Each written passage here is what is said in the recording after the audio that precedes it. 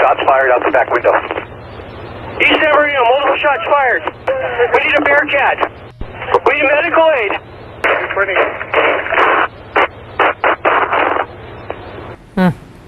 We are tonight getting to hear for the first time some of what unfolded on the police scanners during the shootout between cops and these two suspects yesterday. In the 24 hours since that happened, we've learned that the suspects, Saeed Farouk and Tashfeen Malik, were husband and wife. They have a 6-month-old baby girl.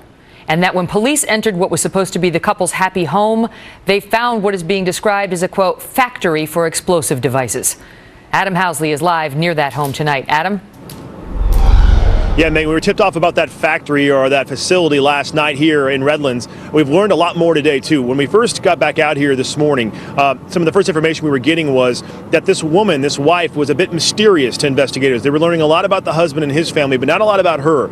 As the day has transpired, we're learning more. First of all, they do believe now, at least they're working on the theory, that's the word to me, that this couple planned on a second hit, that their first hit was a soft target on purpose. As one terror investigator told me, this is an MO for a terrorist attack. They go for the soft target first to make sure they have a success. That way, if their second target goes awry, a more difficult one, they've already had a success. And so they believe they were intending on hitting a second target. That's what the premise is. They also believe that these two may have been may have been engaged in Mecca when they were in Saudi Arabia last year. And the third point I think is very interesting as well. They're now working on the premise that she may have radicalized him, which does make some sense in some ways when you look at all the facts that have been laid out there and try to connect the dots. And again, we were told she was the one shooting out of the back of the car. We do know there was some training involved here, and they're going on that as well. A lot of information, Megyn, as you know, coming out from a lot of different sources, both national and international, as they continue to go forward in this case. But for us, the headline for us that came out tonight is that they believe they were going for a second target, Megyn. Wow. Adam, thank you.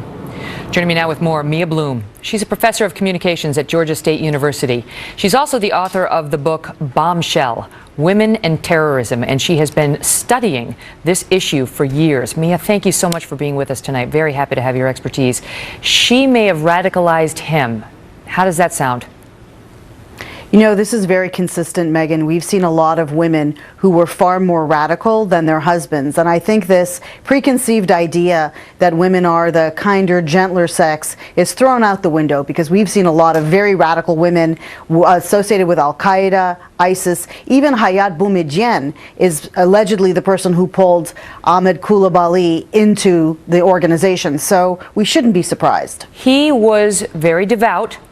And then said to radicalize, or had some signs of getting more religious more recently. And I think that it's consistent, and maybe temporally. When he met her, he went to Saudi Arabia twice, first to meet her and her parents, and then also then to get married. It's very likely that the relationship with her is what might have been the tipping point or the spark that radicalized him. What kind? I mean, I realize we're dealing with a different ideology, but what kind of radical Islamic woman goes on what's potentially very much a suicide mission when she has a 6-month-old baby girl?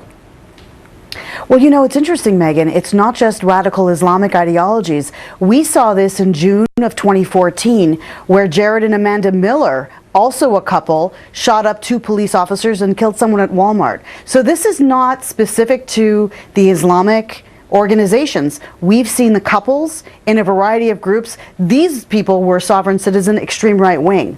So we have radical women in all the groups. But we've also seen within the jihadi groups, whether it's the Chechen Black Widows, or in 2004, a Palestinian woman suicide bomber, Reem Riashi, blew up in Erez Crossing and left her child. And in fact, she even posed with the child in her Last Will and Testament videos. So a lot across a bunch of groups, we have these women. You raised the question before the show of whether we might possibly be looking at a cell in San Bernardino. Why do you ask that?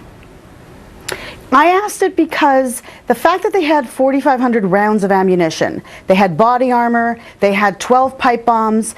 If he was going to attack the community center, he would have just brought the weapons at the first, when he first went there for the party.